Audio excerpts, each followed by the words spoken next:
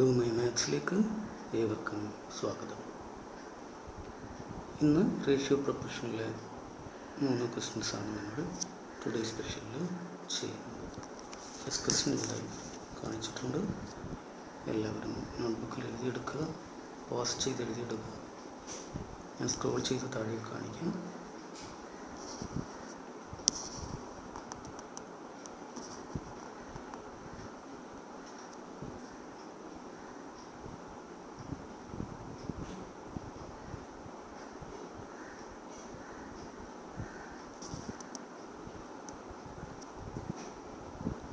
ഇത് IBPS PU prelims 2015 ക്വസ്റ്റ്യനാണ്. എല്ലാവരും ബുക്കിൽ എഴുതിയെടുത്തതിന് ശേഷം ഈ വീഡിയോ നിർത്തിയിട്ട് സ്വയം ഒന്ന് ചെയ്ത് നോക്കുക. ബുക്കിൽ കാണുന്ന ക്വസ്റ്റ്യനിൽ നോക്കി അവിടെ ഒന്ന് ചെയ്ത് നോക്കണം. ചെയ്ത് നോക്കിയതിന് ശേഷം ഇവിടെ പ്ലേ ചെയ്ത് സൊല്യൂഷൻ കാണുക. അപ്പോൾ നിങ്ങളുടെ മുമ്പിൽ ഉള്ള ക്വസ്റ്റ്യനിൽ നോക്കേണ്ടപ്പോൾ നോക്കിക്കോണം ഞാൻ വായിക്കുന്ന സമയത്ത്. അപ്പോഴേ ശരിക്ക് ഒരു ക്ലാസ്സിലെ പഠിത്തം പോലെ ആകും. ശരിക്കും നമുക്ക് റിയൽ ക്ലാസ്സിൻ്റെ ഇഫക്റ്റ് കിട്ടാൻ വേണ്ടിയിട്ടാണ് ഇങ്ങനെയെല്ലാം പറയുന്നത്. സിൻസിയറായിട്ട് ചെയ്യുക. നമുക്ക് സൊല്യൂഷനിലേക്ക് പോകാം.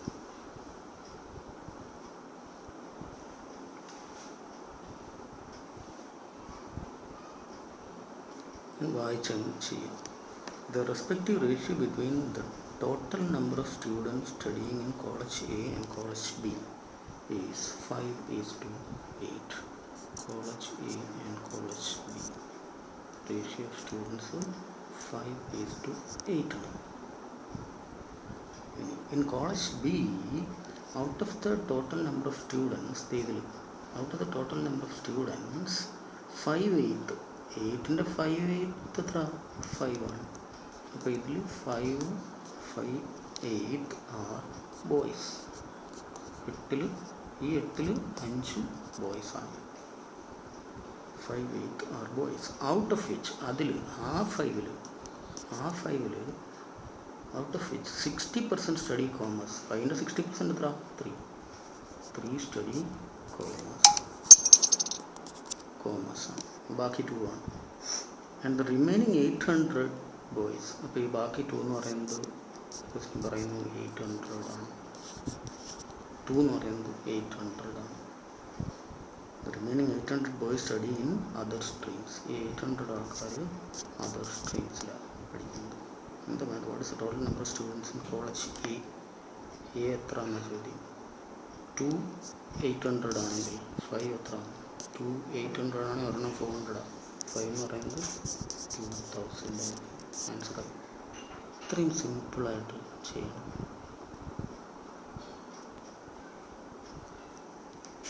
നെക്സ്റ്റ് ക്വസ്റ്റ്യൻ ഇവിടെ കാണാം. എല്ലാവരും പോസ്റ്റ് ചെയ്ത് എഴുതിയെടുക്കുക. താഴേക്ക് സ്ക്രോൾ ചെയ്ത് കാണിക്കാം. ഇത് IBPS RRB ഓഫീസർ 2015 ക്വസ്റ്റ്യനാണ്. പോസ്റ്റ് ചെയ്ത് എഴുതിയെടുത്തതിന് ശേഷം 1 മിനിറ്റ് സ്വയം ചെയ്ത് നോക്കുക. അതിന് ശേഷം മാത്രം സൊല്യൂഷൻ കാണുക. സൊല്യൂഷൻ കാണുമ്പോൾ ക്വസ്റ്റ്യൻ റെഡിയായി ബുക്കിൽ ഉണ്ടായിരിക്കുക. സൊല്യൂഷനിലേക്ക് പോകണം.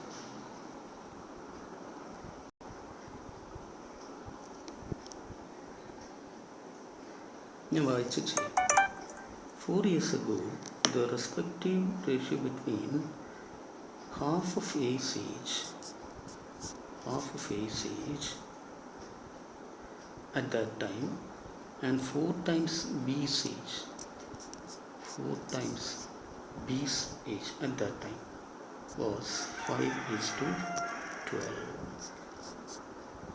ഇത് 4 years മുമ്പാണ്. 4 years മുമ്പ് ഇങ്ങനെയായിരുന്നെങ്കിൽ A:B, അന്നത്തെ A:B എഴുതാൻ വളരെ സിമ്പിളായിട്ട് എങ്ങനെ എഴുതി വെച്ചാൽ മതി. ഇത് A/2 എന്ന് വിചാരിക്കുക. അപ്പോൾ A 10 is 2. ഈ 12 4B ആണ്. അപ്പോൾ B 3 ആണ്. ഇതായിരിക്കും A:B. അപ്പോൾ A:B 10:3 ആയിരിക്കും. അത് 4 years മുമ്പാണ്.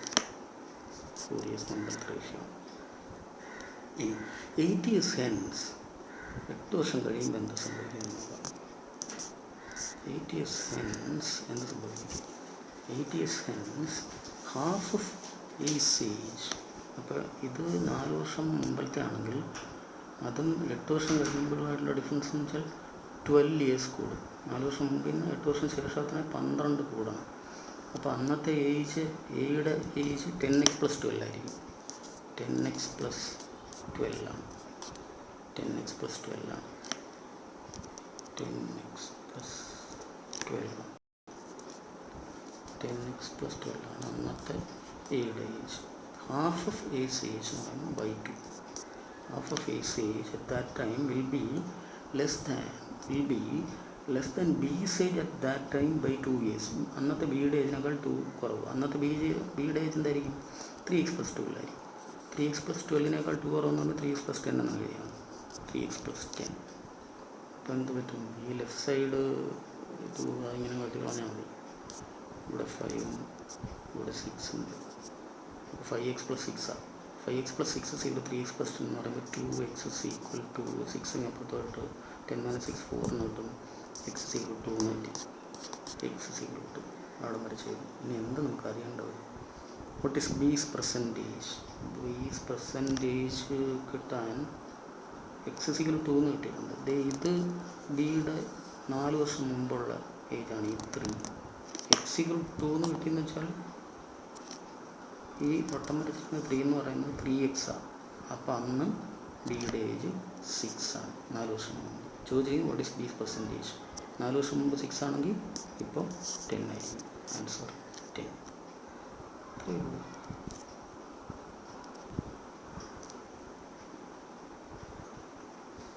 നെക്സ്റ്റ് ക്വസ്റ്റ്യൻ നോക്കാം. ഇവിടെ കാണിച്ചിട്ടുണ്ട്, അത് എഴുതിയെടുക്കുക. പാസ് ചെയ്ത് എഴുതിയെടുക്കുക. താഴേക്ക് സ്ക്രോൾ ചെയ്യാം.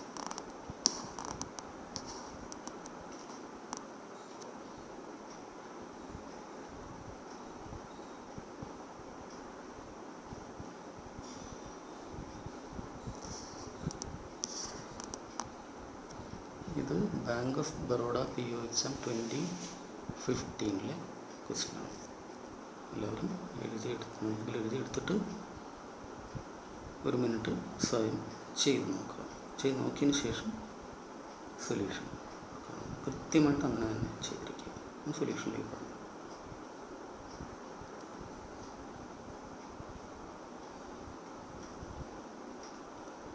ക്വസ്റ്റ്യൻ വായിച്ചൊന്ന് ചെയ്യാം.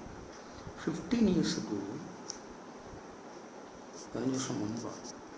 15 years ago, the average age of a family of 4 members was 40. 4 പേരുള്ള നിൽക്കുക. 4 പേരുടെ ആവറേജ് 40 ആണ്. 15 വർഷം മുമ്പ്. 2 children were born in that span of 15 years. ഈ 15 വർഷം മുമ്പ് 2 കുട്ടികൾ ജനിച്ചു. അപ്പോഴത്തേക്കും present average age of family remind unchanged എന്ന് വെച്ചാൽ 14 തന്നെ. ശരിക്കും 4 പേർക്ക് ഈ ആവറേജ് 15 വർഷം മുമ്പ് 40 ആണെങ്കിൽ ഇപ്പോൾ 55 ആകണം, 15 കൂടണം. പക്ഷേ റിമൈൻഡ് അൺചേഞ്ച്ഡ് എന്ന് പറഞ്ഞാൽ 40 തന്നെയാണ്. 2 കുട്ടികളും കൂടെ വന്നപ്പോഴാണ് 40 ആയത്. അപ്പോൾ എന്ത് ചെയ്യാം? ഈ 55 15 എടുത്താലേ 40 ആവും. 15 വെച്ച് 4 എണ്ണത്തിൽ നിന്ന് എടുക്കുമ്പം നമ്മുടെ കയ്യിൽ 60 കിട്ടും. ഈ 60 എവിടെ പോകണം? 60 നമുക്ക് വെക്കാൻ പറ്റത്തില്ല. 16 കയ്യിലെടുത്തപ്പോഴത്തേക്കും ഇവിടെ 40 ആയി. ആ എടുത്ത 60 കൊണ്ടുപോയി ഇവിടെ കൊടുക്കണം. ഇവിടെ കൊടുക്കുമ്പം ഇവിടെയും 40 ആവണം. ഇവിടെ 2 പേർക്ക് 40 ആവണേ സം 80 ആവണം. സം 80 ആവണം. ഇവിടുന്ന് ഒരു 60 വരും. അപ്പം ഇവിടെ ഓൾറെഡി 20 ഉണ്ടെങ്കിലല്ലേ 80 ആവും. ഇവിടെ 20 ഉണ്ടായിരിക്കണം. ആ 20 വെച്ചാൽ ഈ 2 എണ്ണത്തിന് സമ്മായി. അപ്പോൾ സം 20 ആണ്. ആ 2 കുട്ടികളുടെ ഏജിൻ്റെ സം 20 ആണ്. സം 20 ആണ്. അത്രയും നമുക്ക് കിട്ടി. ഇനി എന്താ? Among the 2 children who were born in between the 15 years, if the older child at present is 8 years more than the younger one, അപ്പോൾ അവരുടെ ഡിഫറൻസ് 8 ആണെന്ന് ക്വസ്റ്റ്യൻ പറയുന്നത്. സമ്മും ഉണ്ട്, ഡിഫറൻസും ഉണ്ട്. സമ്മും ഡിഫറൻസ് ഉണ്ടെങ്കിൽ വലുത് കിട്ടാൻ കൂട്ടി പകുതി എഴുതിയാൽ മതി, ചെറുത് കിട്ടാൻ കുറച്ച് പകുതി എഴുതിയാൽ മതി. എന്താണ് നമുക്ക് വേണ്ടത്? What is the respect ratio between the present age of the older child and the present age the younger child. Older വലുത് കിട്ടാൻ കൂട്ടിപ്പകുതി. 28 കൂട്ടി 28ൻ്റെ പകുതി 14 ഈസ് ടു. ചെറുത് കിട്ടാൻ കുറച്ച് പകുതി. 28 കുറച്ച് 12 കിട്ടും. 12ൻ്റെ പകുതി 6. 14 is to 6 equal to 7 is to 3. ചെയ്യാൻ സെക്കൻഡുകൾ കൊണ്ട് ചെയ്യാം. അപ്പോൾ എല്ലാവരും വേണ്ടത് അങ്ങേറ്റം സിൻസിയറായിട്ട് ഞാൻ ഈ പറഞ്ഞത് അക്ഷരം പ്രതി ചെയ്യുക. അക്ഷരം പ്രതി ചെയ്യുക. എന്താണ് അക്ഷരം പ്രതി ചെയ്യുക എന്ന് വെച്ചാൽ, നമ്മൾ ടുഡേ സ്പെഷ്യൽ നമ്മൾ ഡെയിലി വീഡിയോസ് വിടുന്നുണ്ട്. അത് സ്പെഷ്യൽ ക്വസ്റ്റ്യൻസ് തന്നെയാണെന്നുള്ള സത്യം മനസ്സിലാക്കുക. ഇത്തരം ക്വസ്റ്റ്യൻസ് ചെയ്ത് പഠിച്ചാലേ നിങ്ങൾക്ക് സെലക്ഷൻ കിട്ടും. ഇതിൻ്റെ അപ്പുറത്തെ ക്വസ്റ്റ്യൻ നിങ്ങൾ പഠിക്കണ്ട.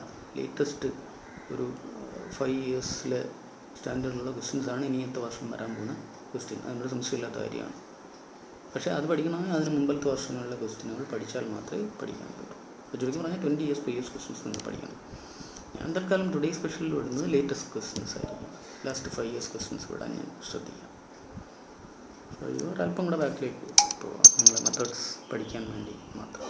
അപ്പോൾ നോട്ട് ബുക്കിൽ എഴുതിയെടുത്ത് കൃത്യമായി ആ ബുക്ക് മെയിൻറ്റെയിൻ ചെയ്യുക. അങ്ങേയറ്റം സിൻസിയറായി ഞാൻ ഈ പറയുന്ന കാര്യങ്ങൾ ചെയ്തിരിക്കുക. അങ്ങനെയാണ് നിങ്ങൾക്ക് ജോലി കിട്ടിയിരിക്കുന്നത്. ഹാർഡ് വർക്ക് ചെയ്യും. All the best.